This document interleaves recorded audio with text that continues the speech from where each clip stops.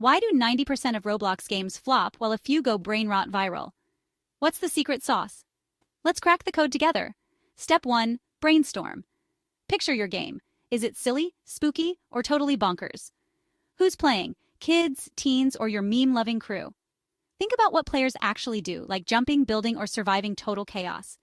And hey, if you want Robux, plan some cool game passes or snazzy in-game swag. Step 2. Download Roblox Studio. It's free and where all the magic happens. Check out the built-in tutorials. Trust me, even a potato could follow them. Step 3. Build your world. Go wild with the tools, then add scripts using Lua. That's how your game gets brains and rot. Step 4. Test, test, and test again. Ask friends to play. Fix stuff. Make it awesome. Final step. Publish. Create a killer icon and thumbnail.